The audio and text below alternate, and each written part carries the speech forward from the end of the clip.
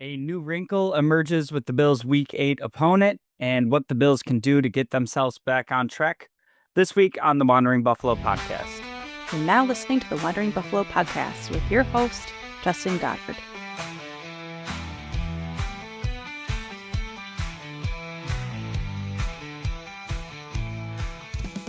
Bills Mafia, welcome into another episode of the Wandering Buffalo podcast, a show on the Buffalo FamBase podcast network.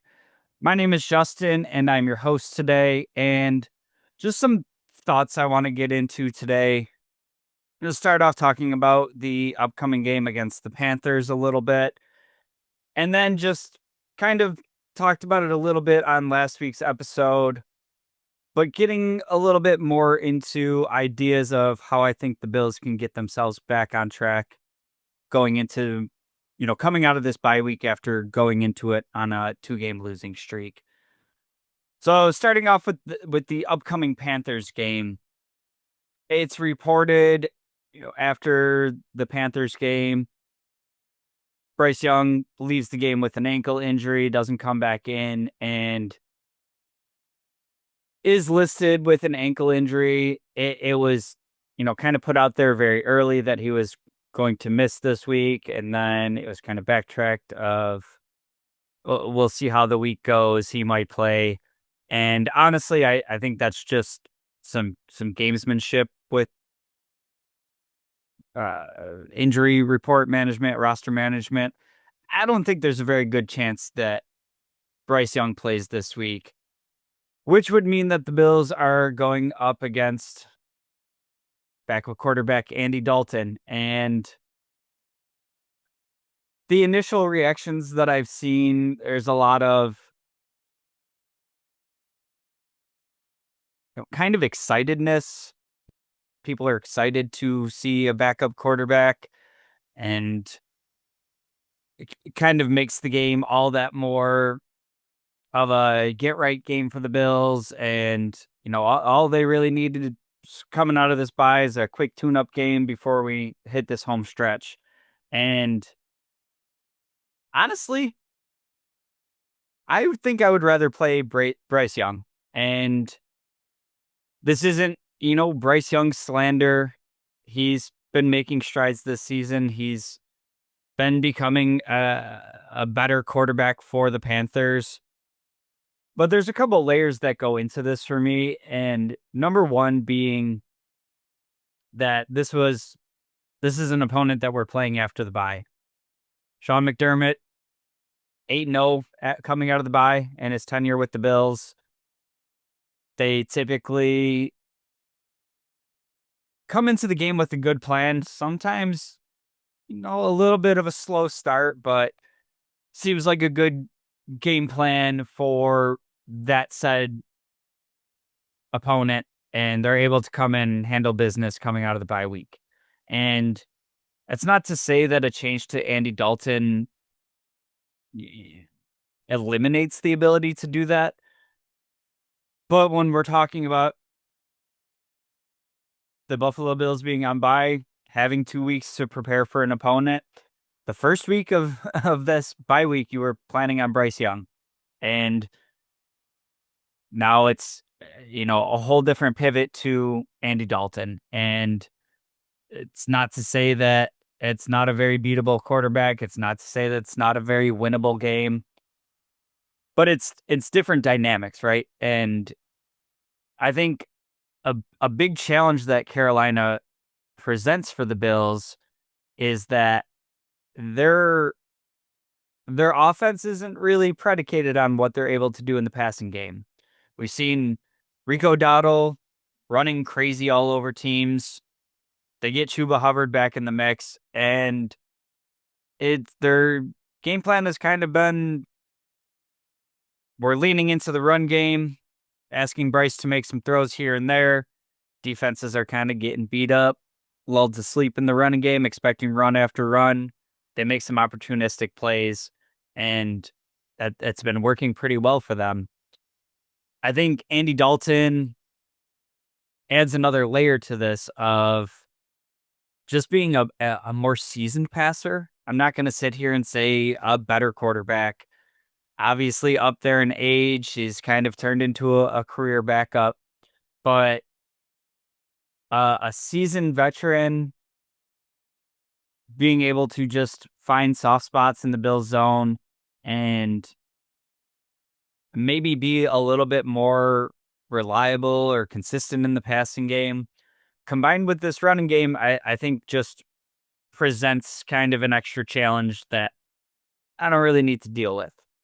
So we'll see what happens there. But, going into the season, this very much looked like a nice stretch of, you know, early bye week to assess some of our younger players, coming out of the bye week to our first exposures to Ogunjobi and Hoyt, and we could kind of see where the roster needs are and, come out of the bye against the lowly Panthers and have this kind of be a little tune-up game for them, everybody getting on the same page before you go on and take on the Chiefs. And the Panthers, for what it's worth, their record does not suggest that they are still a tune-up game. And I know we can look into opponents and how they've won and all that. I'm not going to do that. I'm the old cliche of you are what your record says you are. I can't sit here and I don't like sitting here and hearing people blame the Bills for who they've beaten, so I'm not going to do it to Carolina. End of the day, they have one more loss than the Bills, and they have one more game than the Bills. They're 4-3. The Bills are 4-2.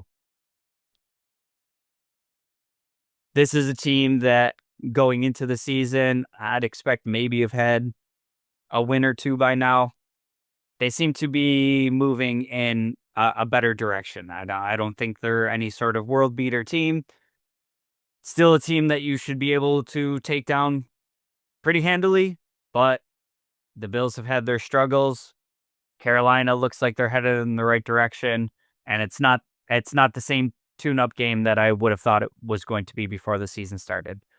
So I do think that this is a very big task for the Bills, and in particular, I mean, if you're listening to this show, I'm sure you've been on the social medias. I'm sure you've listened to some podcasts that aren't this one, and just some of the world is burning type of mindset. The Bills suck. Fire everybody. Got to make 18 trades. If you think that Bills Mafia was insufferable going into the bye on a 2-game losing streak, it's going to get real ugly if they come out of the bye and drop a game to the Panthers. So, a very crucial game. Not even in the big picture of the Bills. It's an NFC opponent. It's not the worst thing in the world if you were to drop a game to an NFC opponent. But particularly for what it feels like to be a fan of the Bills, this would be an absolutely devastating loss coming off the bye to the Panthers, and the full 5-fire alarm that would come out of this game. So, kind of leading into that, wanted to talk a little bit about what the Bills need to do to get themselves back on track coming out of the bye. And I know there's all kinds of speculations of names being linked to the Bills and trades we should make, and very realistic trades that could be made and very unrealistic trades that could be made, and all of these things that the Bills should do. And I kind of cautioned this on the last episode of I don't know exactly how many moves are going to come from outside of the organization. So we'll get into it on things that I think the Bills need to do to get back on track coming out of the bye. And the number one thing, and this kind of leads into the expectations that I have as far as a move being made, is number one thing is get healthy. And we saw a lot a lot of change with this team through kind of last season and into this season of saying goodbye to a lot of, long-standing players, getting younger, getting cheaper, and a lot of additions made in particular to the defense this year that we haven't really been able to see fully play out. It kind of starts right from the beginning of adding Ogunjobi and Hoyt and like immediately after suspensions announced. So two players that you factored into having a role for this defense that we haven't seen yet. Then you get into the injuries, and we have Daquan Jones go out in pregame warmups before the last game. We've seen Zion Logue and Jordan Phillips and Fedarian Mathis having to play snaps at defensive tackle. Obviously, you lost Dwayne Carter, and he's not coming back. But as far as being able to get Ed Oliver back, when can Daquan Jones come back? We've seen some increased snaps from these couple rookies, but you also lost TJ Sanders in the process. Milano going out with an injury. Bernard's been a little bit nicked up. You had Max Hairston go on the IR before we even started playing preseason games. Dorian Strong looked like maybe an option to supplant Trey White. We haven't gotten a ton of information. He's on the IR. There's probably more that I'm not even thinking of right now, but just riddled with injuries. That's the defensive side of the ball. Offensive side of the ball, Kincaid missed the last game. Joshua Palmer gets hurt in the last game. So just kind of injuries all over the place. Definitely, again, common theme with this team is really heavily on the defensive side of the ball and not so much on offense. Kind of leads me into the next idea of, okay, so we're going out and getting help, right? I don't think necessarily. I think the defensive side of the ball poses a lot of complicated layers to, where you would want to add. And starting up front with the defensive line as a whole, I don't see any additions being made to this room. I think you bank on getting Ed Oliver, back to 100%. You've seen Greg Rousseau, Joey Bosa, even AJ Epinesa to an extent have been looking pretty good, and you kind of getting a reinforcement there with Hoyt. You have Ogunjobi coming into the mix, change up the snap count, and Deion Walker has been coming along very nicely as a rookie. So as far as the defensive line as a whole, barring another injury or something catastrophic happening before the trade deadline, I don't see any changes there. On the second level, outside of Milano getting healthy, I do think that we've seen a lot of good play from Shaq Thompson. And I think he factors more as, and maybe with how Bernard has been playing, that Shaq Thompson could be more effective as the Mike, and you could have Bernard, kind of move to that will linebacker, more of the coverage player. I think that would be a pretty extreme move for them to make in season. I think it would be interesting to see it tried, but I wouldn't predict that. I think the plan would be here, Milano gets healthy and you sprinkle in Shaq Thompson. For what it's worth, I think Shaq Thompson has been our best linebacker this season. So maybe it's a matter of playing more base personnel. I don't see a path where you're, you get Milano back healthy and you're starting Shaq Thompson over Bernard. I just don't see that. He's team captain. He's defensive play caller. The team coaching staff loves him. So I don't see that being a path. But Shaq Thompson has been very good this year, and I think you need to find a path to getting him on the field more and whatever that looks like. In terms of the secondary, I think that we talked about this a bit last week on the show, and it's just a very complicated situation in that, yes, Trey White looks like he could be easily upgraded. There's a lot to be desired there. But when you have it in terms of Trey White was brought in to be your emergency player, your backup depth player, and you've already started platooning him with Dorian Strong, who ends up getting hurt. You kind of tried to do it last week with Jamarcus Ingram. That didn't look any better. And you now have Maxwell Hairston. His 21-day practice window is opening up. It's really hard for me to see a path where they're making some sort of meaningful investment to replace Trey White, to still kind of just be keeping the seat warm for Hairston. I mean, you're talking about making money work. You're talking about moving draft capital, likely. You're talking about getting a value that makes sense while you have Christian Benford as a paid corner on the other side. And not only that Max Hairston is waiting in the wings to get healthy and get right, but it's a first round pick. Like, unless the information inside the organization is not feeling great about Hairston being ready to play in this 21-day practice window, or he starts getting reps and just doesn't look right and they decide to shut him down for the year, maybe.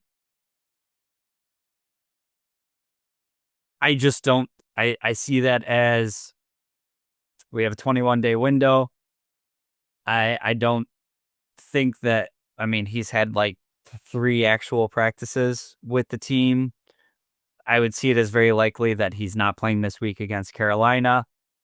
If you're even seeing things that you like in practice, I still think it's a very thin chance that the first game you want to activate him for is then the Chiefs. So I would see this being, very much towards tail end, getting into week 10, maybe the first week that we see Hairston back. And even at that, you still have, a 6-7 game runway for him to ramp up, get some reps, and hopefully be ready for the playoffs. So I see that as a very difficult situation to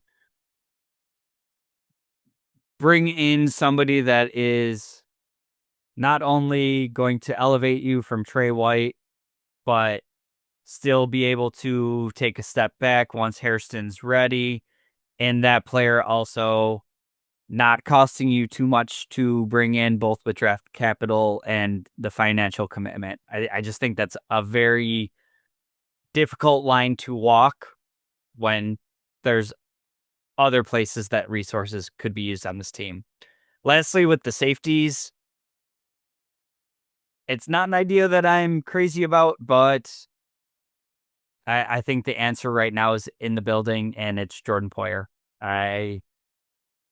I would have it a very hard time believing that you can't get an elevated level of play from Poyer versus what we've seen from Rep this year. Rep has looked bad.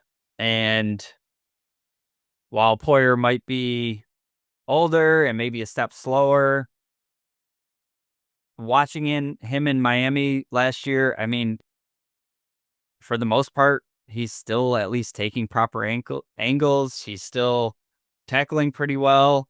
And I think part of the piece that's really missing from this safety room is that trust and the communication.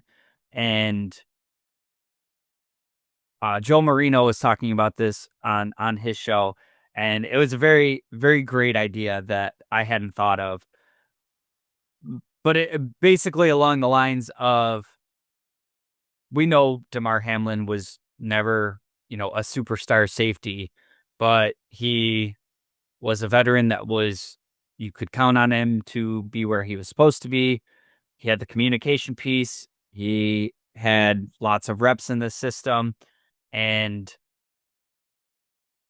perhaps that was kind of the steadying presence that allowed Rap to be a little bit more of a loose cannon like he likes to be, and kind of was able to keep that room playing at an acceptable level.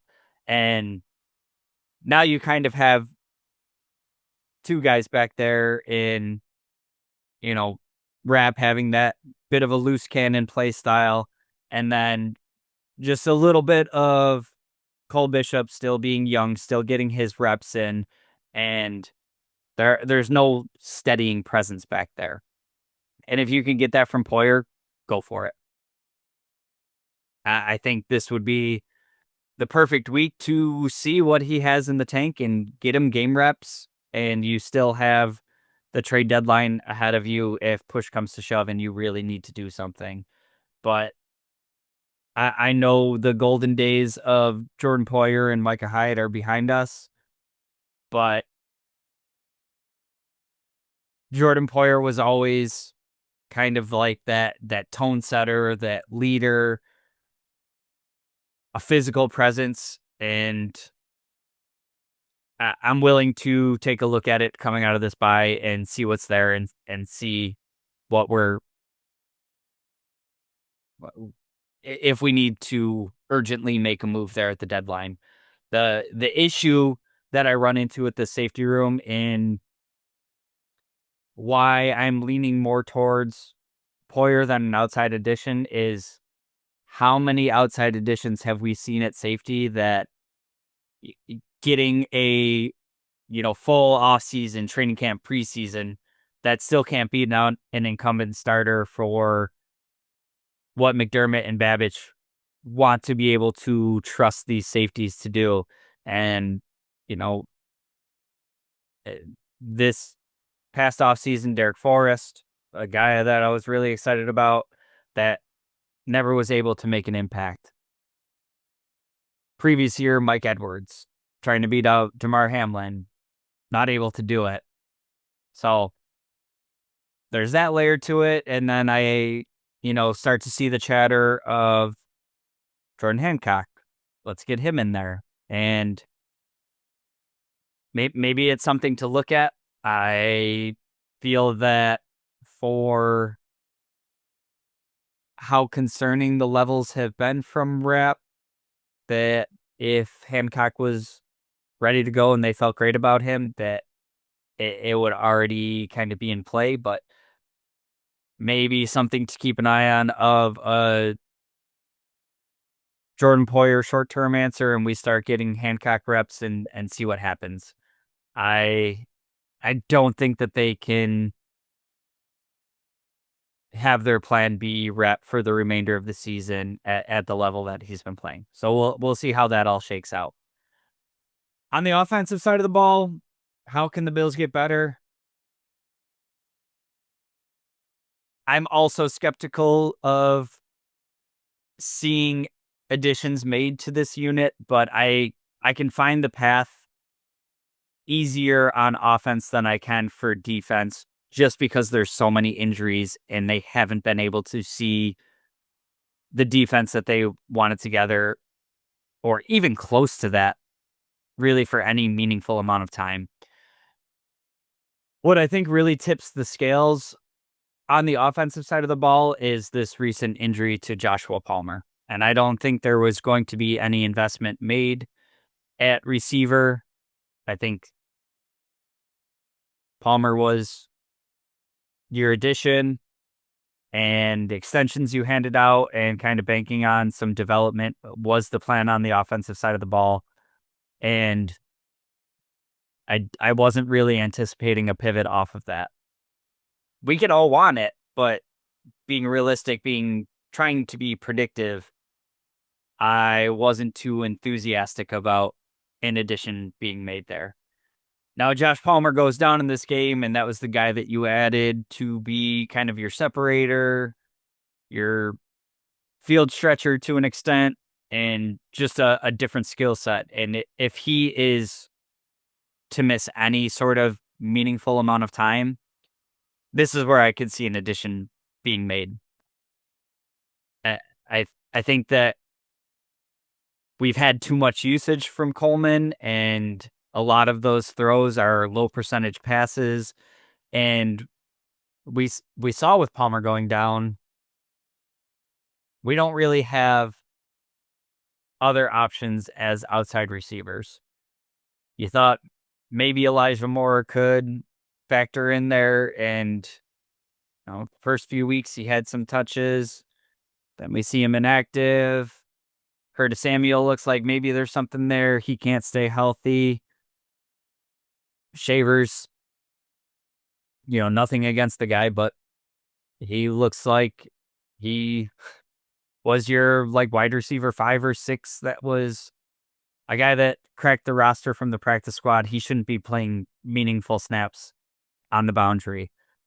So I think that this is an area that they could choose to target. And, you know, there's some popular names out there that are ones that I would sign up for right now. I think Chris Olave is a name that's out there. There's, you know, some risk involved with his history of concussions. I can point to that existed with Mitch Morse and never really stopped us from investing in him or him being a long-term awesome piece for the Bills.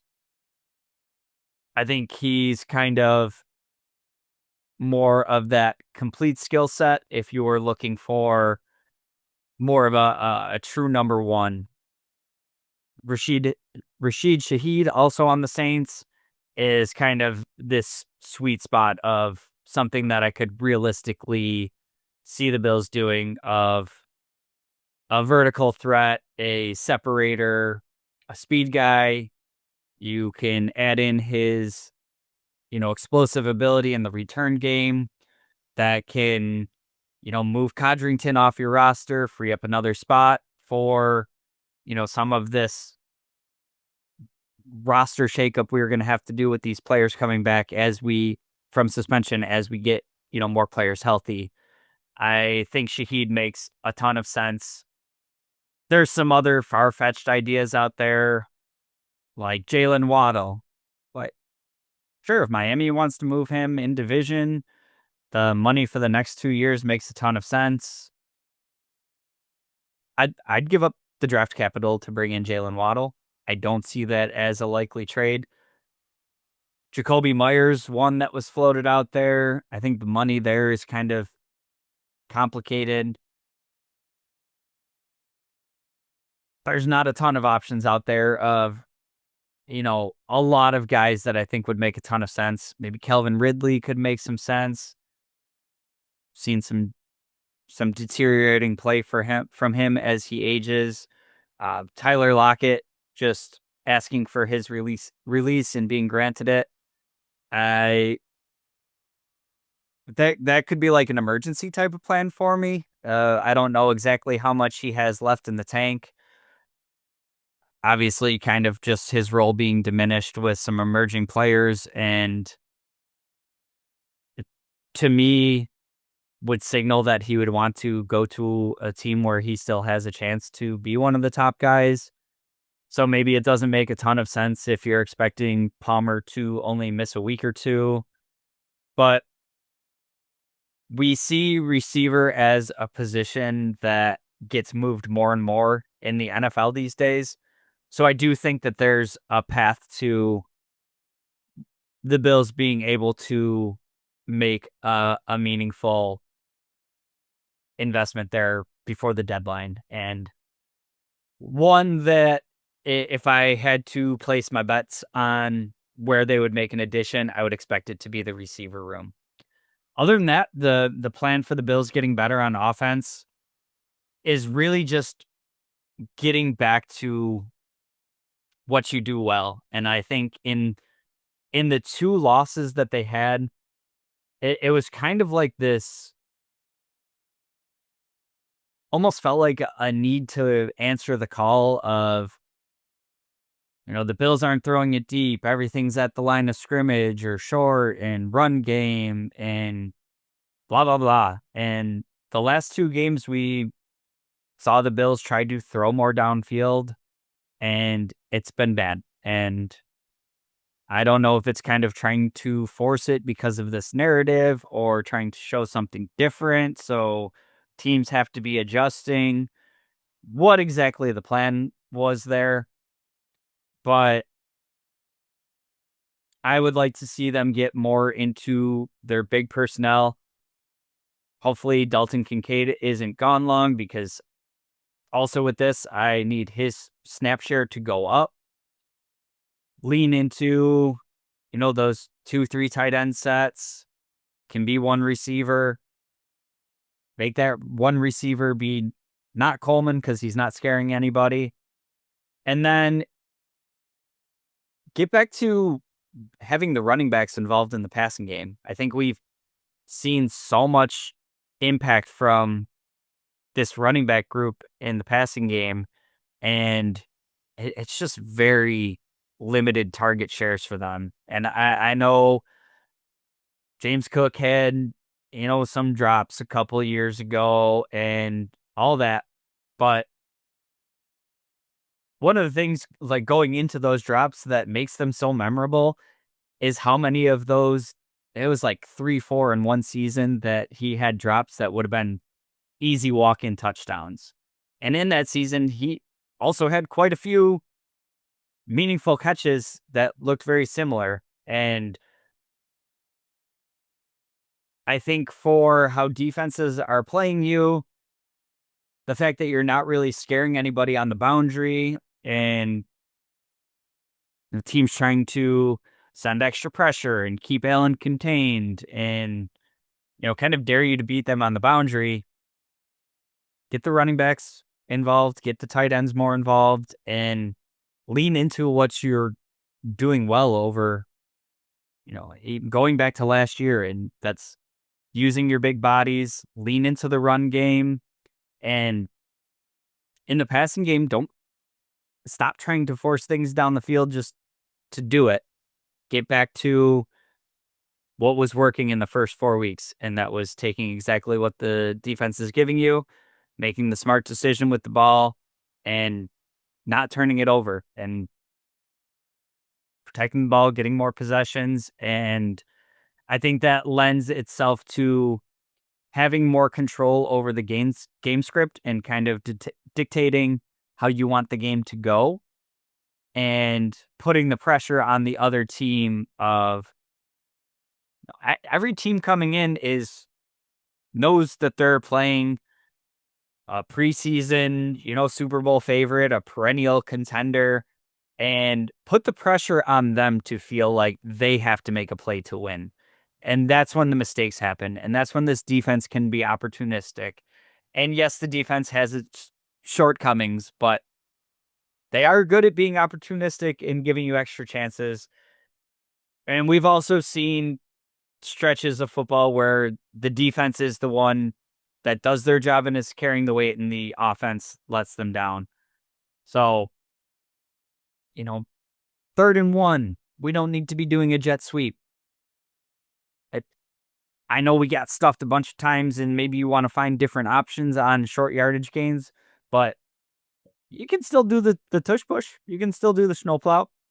It worked on immaculately against every team except for the Chiefs last year. 3rd and 1, we don't need to be moving horizontally and doing tight end sweeps. Run the ball up the middle with Josh Allen. Run the ball up the middle with James Cook, who's having tremendous production on the ground this year. Keep it simple. Get back to the basics. And I honestly didn't even have this one in my head going into the show, but I'll throw one more in there. Take all of your gadget trick plays out of the playbook. We don't need them. The trick plays are something that was fun and exciting for me when the Bills sucked. And, you needed to catch the defense off guard, to sneak one in on them, to have a chance in the game. You have arguably the best player in the NFL at your quarterback. You have a team that just last season, and you didn't change too many pieces from it, was arguably the best offense that this organization ever had. You had this continuous streak of scoring 30 points a game. I don't need to see flea flickers. I don't need to see reverses. I don't need to see... when I talk about Joe Brady being in his bag, it's him in his bag of just keeping the offense on schedule and taking what the defense is giving you. I don't need to see all the extra, particularly like on money downs when the game is in the balance. You know, if you want to run a reverse on, 1st and 10, it's still not going to be my favorite play call, but go for it. But on, 3rd and 1, where the defense is likely expecting a run and you're starting out going straight horizontally, throw it away. Don't need it. Well, that's going to do it for this week's episode of the Wandering Buffalo podcast. I do thank you for joining me this week. As always, if you've made it this far, kindly ask that you like, share, subscribe, tell a friend about the show. Make sure you're not missing any episodes. Helps them coming out every week. We're going to be meeting up again next week after the Panthers game. Hopefully we get to talk about a win that's getting us back on track. If we have any trades that happen in the meantime, we'll be doing a bonus episode to cover that. So make sure you're subscribed so you don't miss anything. Hopefully we get some news to talk about, moving us in a more positive and appropriate direction. We'll see what happens. Until then, and as always, go Bills.